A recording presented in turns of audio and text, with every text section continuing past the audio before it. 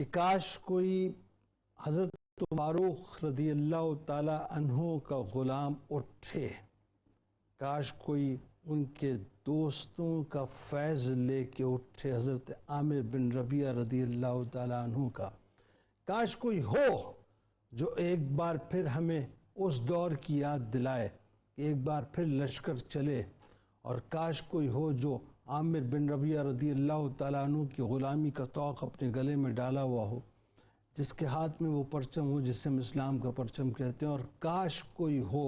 جو ایک بار پھر بیت المقدس کے اندر اسی جاؤ حشمت کے ساتھ، اسی تفاخر کے ساتھ، کیونکہ فخر تو اللہ اور اس کے رسول کی ذات پر ہے نا، تو اسی تمکنت کے ساتھ داخل ہو، جس تمکنت کے ساتھ وہ داخل ہوئے تھے۔ کاش کوئی ایسا ہو، کاش کوئی ایسا ہو جو صلاح الدین ایوبی رحمۃ اللہ علیہ کی ہمیں یاد دلائے۔ آج بہت یاد آئے حضرت عامر بن ربیعہ رضی اللہ تعالیٰ عنہ، کیونکہ آج امت مسلمہ اگر مگر کے چکر میں الجھی ہوئی ہے،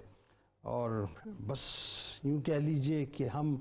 بہت زیادہ جو ہے معذرت خانہ رویہ اختیار کیے ہوئے، لیکن ایک کام ضرور ہم کر سکتے ہیں، اور وہ کام ہمیں کرتے رہنا چاہیے، اور وہ کام یہ ہے کہ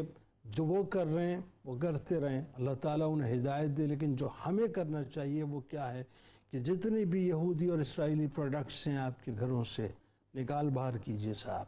صرف پاکستانی پروڈکٹس کا استعمال کیجئے۔ دیکھیے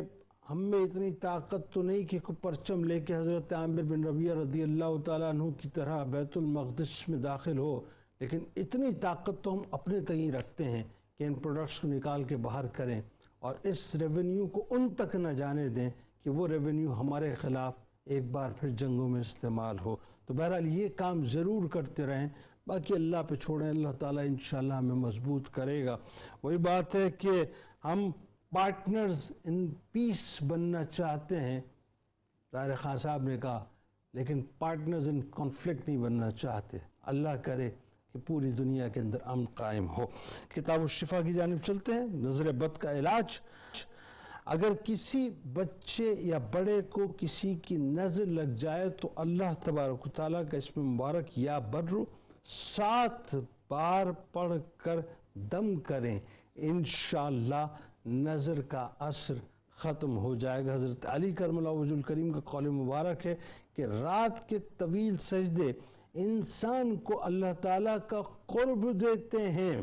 اور دوزخ کے عذاب سے نجات دلاتے ہیں۔ روزنامہ 92 نیوز میں حضرت عامر بن ربیعہ صحابی ہیں، آپ ایک حسین سا مضمون پڑھ سکتے ہیں، اور ضرور پڑھیے گا، اور اپنے بچوں کو بھی ضرور پڑھائیے گا۔ ٹویٹر پہ ہمیں ضرور فالو کیجئے، فیس بک پیج کو ضرور لائک کیجئے، یوٹیوب چینل کو ضرور سبسکرائب کر کے بیل آئیکن کو ضرور کلک کر دیجیے گا۔ آپ وہاں موجود ہیں، ہم یہاں موجود ہیں، مل کے نعرہ لگاتے ہیں اس دعا اس امید اس یقین کے ساتھ کہ لا یؤمن احدکم حتی اکون احب الیہ من والدہ وولدہ والناس اجمعین۔ اللہ تعالیٰ آپ کا، ہمارا، ہم سب کا حامی و ناصر ہو۔ پاکستان کا مطلب کیا؟ لا الہ الا اللہ محمد رسول اللہ صلی اللہ علیہ وآلہ وسلم۔ اللہم صلی علی سیدنا و مولانا محمد وعلی سیدنا علی و سیدتنا فاطمہ و سیدتنا زینب و سیدنا